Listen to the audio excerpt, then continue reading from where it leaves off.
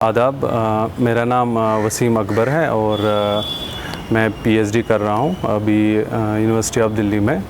और मेरा जो मेन एरिया है जिसमें मैं रिसर्च कर रहा हूँ वो है मेडिकल सोशियोलॉजी। और जो मेरा टॉपिक है रिसर्च का अभी तो वो है ट्यूबरकुलोसिस के ऊपर। और मैं क्लिनिकल लेवल पे अभी रिसर्च कर रहा हूँ ट्यूबरकुलोसिस के बारे में। तो आज जिस मौजू पे हम बात करेंगे वो है डिज़ीज़ और हेल्थ के ऊपर, यानी सेहत और जो बीमारी है उसके बारे में हम बात करेंगे। तो सबसे पहले कि इन चीज़ों पे बात करने की क्या ज़रूरत है, तो बज़ाहिर ये लगता है कि जो डिज़ीज़ है या हेल्थ है इसके ऊपर ज़्यादातर या तो मेडिकल प्रोफेशनल्स यानी डॉक्टर्स है या कोई सुपर स्पेशलिस्ट है या जो भी लैब टेक्नीशियंस है वगैरह उनके ही वही इस पे बात कर सकते हैं ज़्यादातर। और सोशियोलॉजिकल अंडरस्टैंडिंग डिज़ीज़ हेल्थ के बारे में ये इसकी क्यों ज़रूरत है, और अगर हम इसको सोशियोलॉजिकली पढ़ेंगे हेल्थ और डिज़ीज़ को तो उससे क्या फ़ायदे हो सकते हैं, तो उससे हमारी सोच में क्या इजाफ़ा हो सकता है। तो सबसे पहले मैं ये कहना चाहता हूँ कि जो हेल्थ और डिज़ीज़ है इसके बारे में काफ़ी जो पहले से इसके बारे में जो इन्फॉर्मेशन है, नॉलेज है, इसकी जो सोच है, समझ है इसके बारे में, तो वो काफ़ी बदलती रहती है विद टाइम्स के साथ। यानी हर दौर में इसके बारे में जो अंडरस्टैंडिंग्स है, जो इसके मालूमात है, इन्फॉर्मेशन है अबाउट, वो बदलती रहती है। जैसे 17th सेंचुरी का ले लीजिए आप, 16th सेंचुरी का ले लीजिए, जैसे मलेरिया होता था, ट्यूबरकुलोसिस या कोई भी ज़्यादातर डिज़ीज़, इनको देखा जाता था कि ये जिसको कहा जाता था मैल एयर, यानी जो गंदी हवा है उसके ज़रिए से होता है। कॉलरा ले लीजिए, मलेरिया ले लीजिए, ट्यूबरकुलोसिस ले लिया, तो इनके बारे में समझा जाता था कि ये किसी गंदे चीज़ों से होती है, जहाँ पे गंदी हवा चलती हो, गंदगी ज़्यादा हो। तो हम देखते हैं फिर कि 17th सेंचुरी के एंड पे डिफरेंट अंडरस्टैंडिंग्स डेवलप हुई और 18th सेंचुरी में फिर और। तो सबसे पहले इस पे ज़्यादातर काम जो किया है मिशेल फूको ने काफ़ी काम किया था इसमें। जैसे उनकी एक बुक है Birth of the Clinic, 17th century में कैसे डिज़ीज़ और हेल्थ के बारे में जो अंडरस्टैंडिंग है वो कैसे चेंज हुई।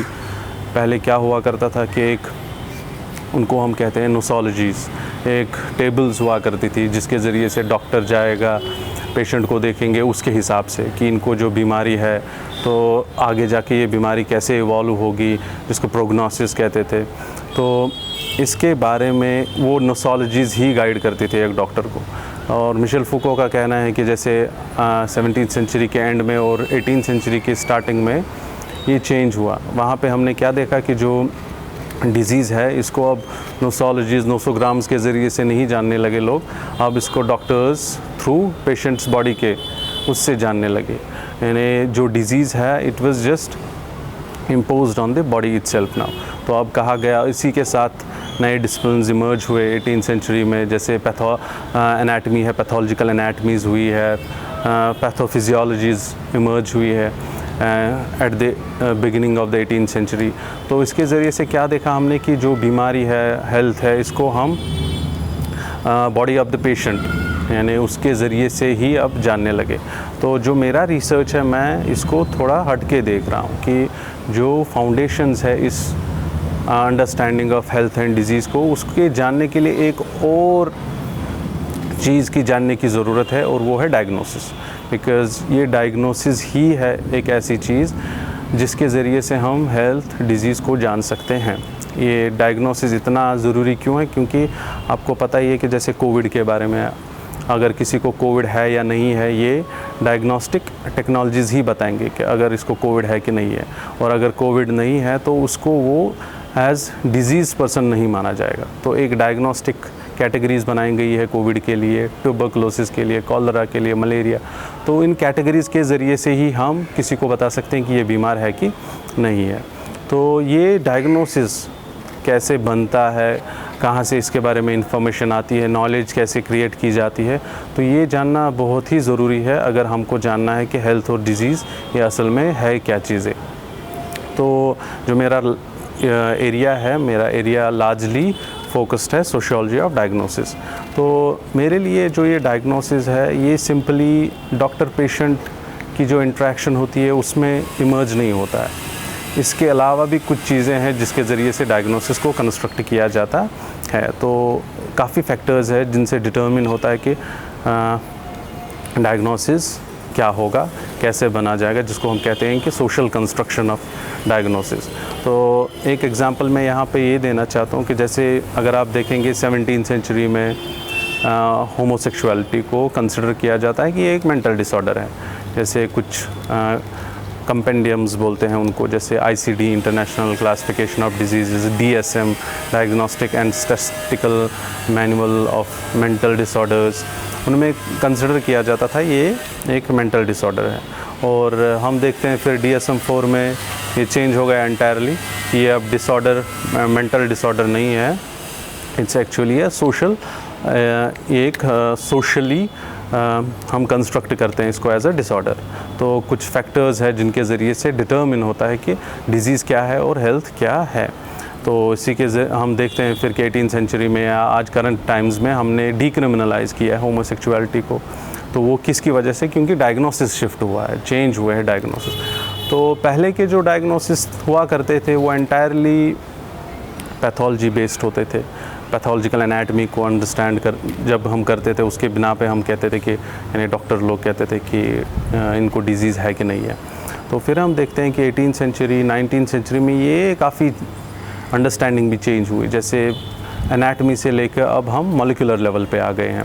जैसे आजकल हम देखते हैं कि अगर imbalance of molecules with in body जब होता है तब जाके हम कहते हैं यानी वो इक्विलिब्रियम जब ब्रेक होता है तो हम कहते हैं कि ये डिजीज़्ड है या ये डिजीज़ नहीं है। तो एक थ्रेशोल्ड्स कंस्ट्रक्ट किए जाते हैं और उन थ्रेशोल्ड्स को कंस्ट्रक्ट कैसे किया जाता है मैं तो ज़्यादातर ब्रॉडली अभी इसके ऊपर नहीं बोलूँगा।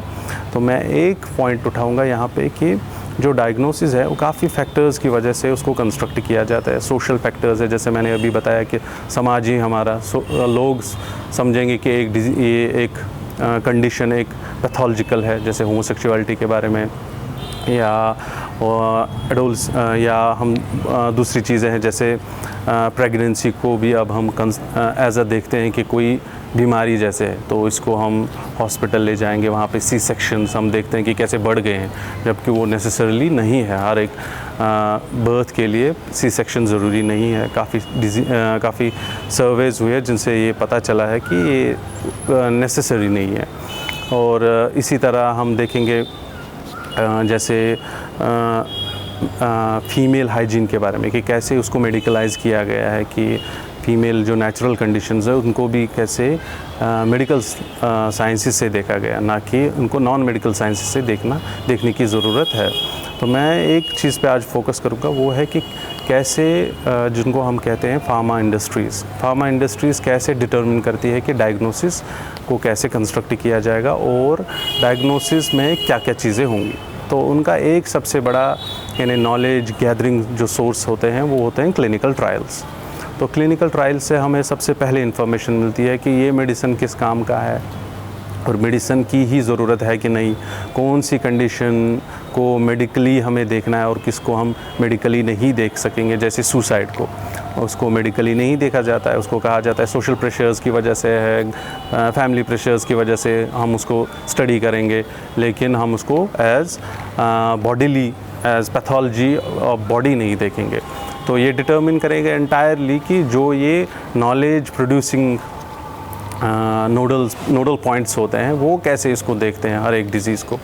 तो सबसे पहले मैं आपको बताऊं कि जैसे मैंने कहा अभी कि विथ टाइम जो भी अंडरस्टैंडिंग है हमारी हेल्थ और डिज़ीज़ वो चेंज हुई है। पहले जैसे मैंने कहा कि ऑर्गन लेवल पे देखा जाता था कि अगर ऑर्गन में कोई डिसफंक्शन आ गई है, फिर देखा गया टिश्यू लेवल्स पे और फिर सेलुलर लेवल पे, फिर अब हम मॉलिक्यूलर लेवल पे आ गए।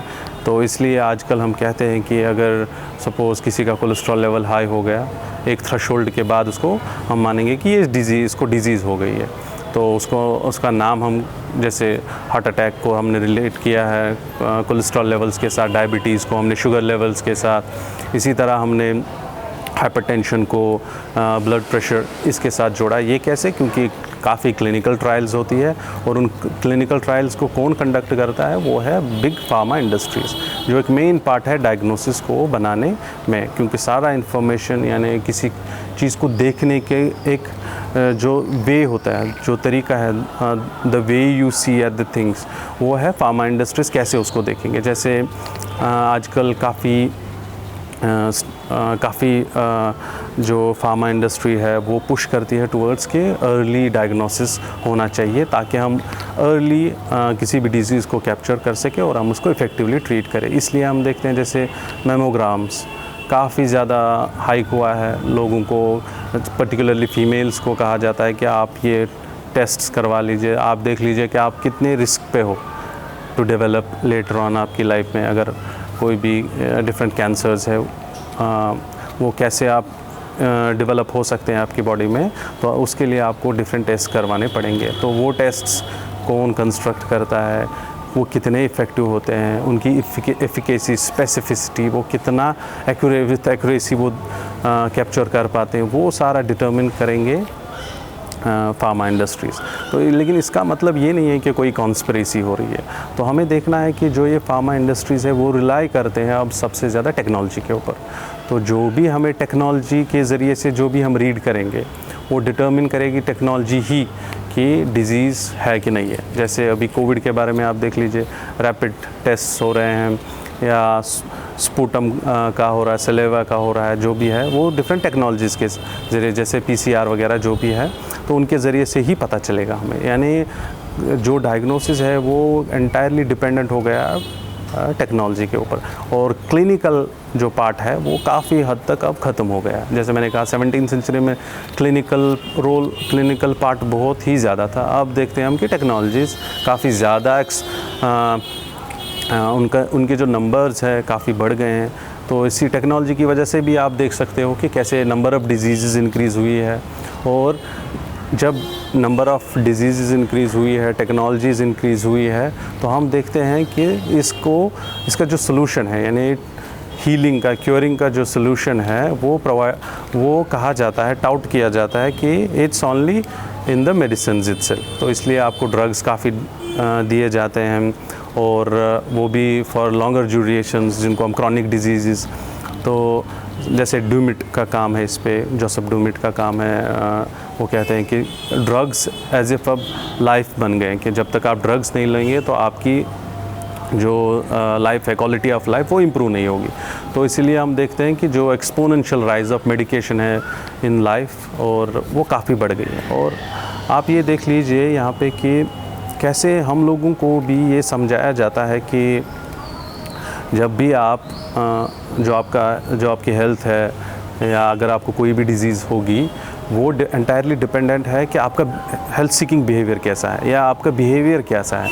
यानी ये एंटायरली रिस्पॉन्सिबिलिटी है एक इंडिविजुअल की कि वो मेंटेन करे अपना हेल्थ, और वरना वो बीमार पड़ जाएगा। तो और आज के कंडीशंस में हम देखते हैं कि पहले क्या हुआ करता था कि डिज़ीज़ को समझा जाता था कि अगर इसको सिम्टम्स है तो डिज़ीज़ है, फिर ये जिसको कैटेगरीज़ में फिर बनाया गया कि अगर इसको ये सिम्टम्स है पेशेंट को, तो फिर इनको ये डिज़ीज़ है। आज एक नई चीज़ इसमें ऐड की गई है, उसका नाम है रिस्क फैक्टर्स, कि आपके बॉडी में कितनी पोटेंशियल है एक डिज़ीज़ को डेवलप होने के लिए। तो रिस्क फैक्टर को अब कल्यूड किया गया है सिम्टम्स के साथ, और सिम्टम्स को बनाया गया है डिज़ीज़ इटसेल्फ। जैसे किसी को फीवर है तो कहा जाता है कि अब इसको बीमारी हो गई है कोई, जबकि फ़ीवर एक सिम्टम है।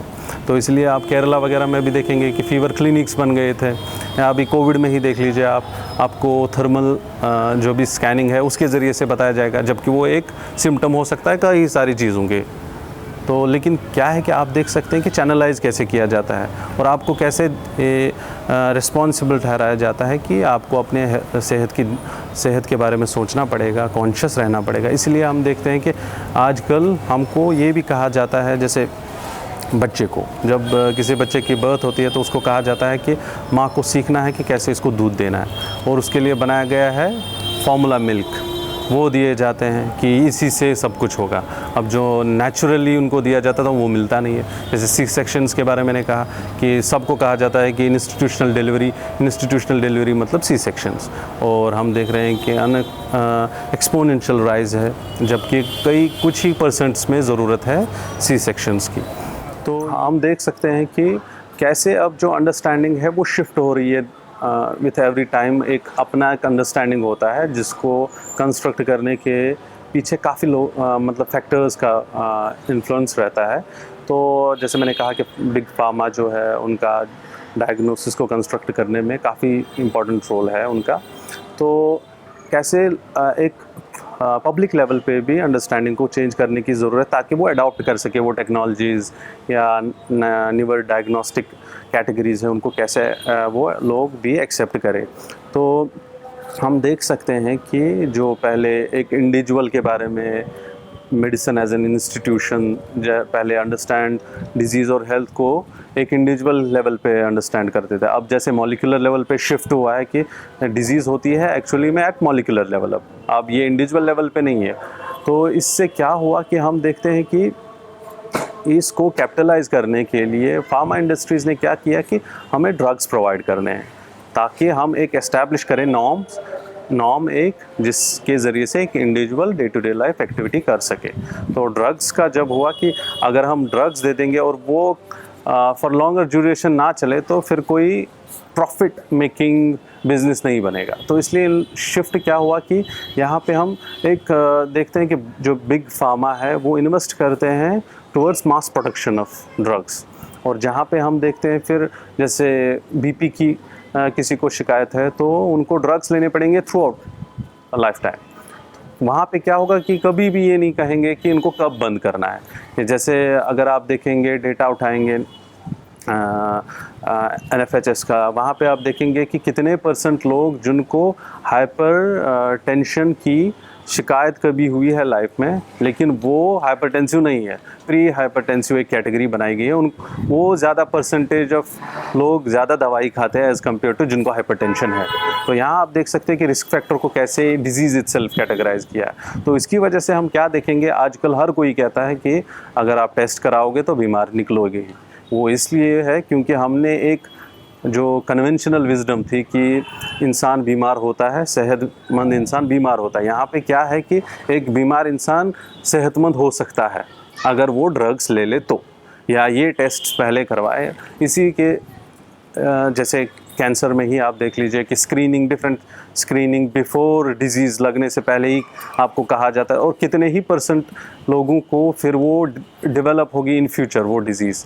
वो एंटायरली डिफरेंट है फ्रॉम जो as pharma industries through different outlets of जो उनके आउटलेट्स है मार्केटिंग के, उनके ज़रिए से लोगों को समझा रहे हैं कि आपको ये करना चाहिए क्योंकि अर्ली डायग्नोसिस हमेशा ठीक होता है, क्योंकि prevention is better than cure. ये भी हमको सिखाया जाता है कि प्रिवेंट करना है, और प्रिवेंट क्या करना है एट रिस्क फैक्टर ही, और रिस्क फैक्टर क्या है वो डिजीज़ इटसेल्फ बन गई है।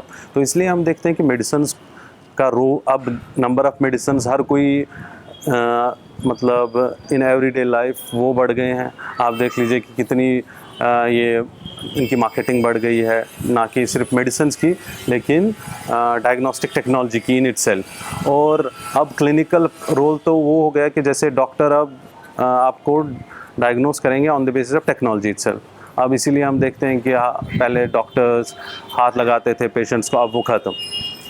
उसके मेन रीज़न यही है कि आप टेक्नोलॉजी रिप्लेस कर रही है उसके क्लिनिकल इक्विपमेंट को। तो हम यहाँ पे देखते हैं कि कैसे एक पॉपुलर लेवल पे आपको अंडरस्टैंडिंग चेंज करनी है ताकि आप मास प्रोड्यूस कर सकें ड्रग्स को, ताकि वो इम्प्लीमेंट हो सके। और दूसरी ये है कि इससे क्या हो कि एक वास्ट मार्केटिंग स्पेस भी क्रिएट होती है। जैसे मैंने कहा अभी कि स्टेम सेल रिसर्च जो हो रहा है, सारा कितना इन्वेस्टमेंट हो रहा है उसमें, सारा जो अभी भी है वो फ्यूचर ओरिएंटेड इन्वेस्टमेंट्स है उसमें। जबकि हम देख रहे हैं कि कोई सबस्टैंशियल अचीवमेंट स्टेम सेल रिसर्च में अभी कुछ नहीं हुआ है, लेकिन वो सारा प्रॉमिसरी है कि फ्यूचर में हम इससे ये करेंगे वो करेंगे। तो रिस्क फैक्टर्स को हम कैसे क्या बोलते हैं उसको प्रिवेंट करेंगे एट द अर्ली स्टेज, ताकि आप फिर सफ़र ना हो सके। इसीलिए हम देख सकते हैं कि जीन एडिटिंग भी होने लगा है अब काफ़ी लोगों में, जिनके पेरेंट्स को कुछ डिजीज़ हुई है। तो हम देख रहे हैं कि कैसे अंडरस्टैंडिंग लार्जली शिफ्ट हो रही है और उसकी वजह से लोगों को भी एक्सेप्ट करना पड़ता है कि हाँ, हमें उसके हिसाब से ही अपनी ज़िंदगी को कंडक्ट करना है। तो जो मेरा मेन फोकस था आज के इस डिस्कशन में कि कैसे डिफरेंट फैक्टर्स डिटरमिन करते हैं डायग्नोसिस को। डायग्नोसिस सिंपली एक डॉक्टर पेशेंट के बीच में इंटरेक्शन का नाम नहीं है। इसमें ये एक प्रोसेस है जिसमें काफ़ी फैक्टर्स जैसे social factors, cultural factors, political, economic और काफ़ी फैक्टर्स है, टेक्नोलॉजिकल फैक्टर्स है जो डिटरमिन कर सकते हैं। जैसे कोविड में ही ले लीजिए आप, अगर पॉलिटिकल लेवल पे ये डिसाइड हुआ कि हर एक को टेस्ट होना है तो हर एक को होगा, अगर वो डिसाइड करेंगे तो नहीं होगा। इसका मतलब है कि अगर सब का टेस्ट नहीं होगा, जितने लोगों का टेस्ट होगा, जितने लोगों को ही निकलेगा उतने ही परसेंटेज पता चलेगा कि इतने ही लोगों में है। तो सारा ये सारे फैक्टर्स मिलके ही आप एक डिज़ीज़ और हेल्थ के बारे में जो भी एक कंडीशंस होती हैं उनके समझने के लिए इन चीज़ों का हमें एनालिसिस करना ज़रूरी है, क्रिटिकली वो भी, ताकि हम अंडरस्टैंड कर सके कि जो मार्केट फोर्सेस हैं वो कैसे डिटरमिन कर सकते हैं आपके हेल्थ को। और आपको कहा जाएगा कि हेल्थ तो आप एक कमोडिटी है जिसको आप बाज़ार में जाके ख़रीद सकते हैं, जैसे ड्रग्स है, सप्लीमेंट्स है, डिफरेंट क्या आपके मेंटल फैकल्टीज़ को भी कैसे हम इन्हांस कर सकते हैं, आपकी वर्क जैसे आपके मसल्स को कैसे हम इन्हांस कर सकते हैं। अब तो उनके बारे में कैसे एक पॉपुलर लेवल पे एक इंफॉर्मेशंस को डिसेमिनेट किया जाता है ताकि आप उसको फिर एक्सेप्ट कर सको एट कल्चरल लेवल। तो मेन फोकस यहीं पे था। Thank you.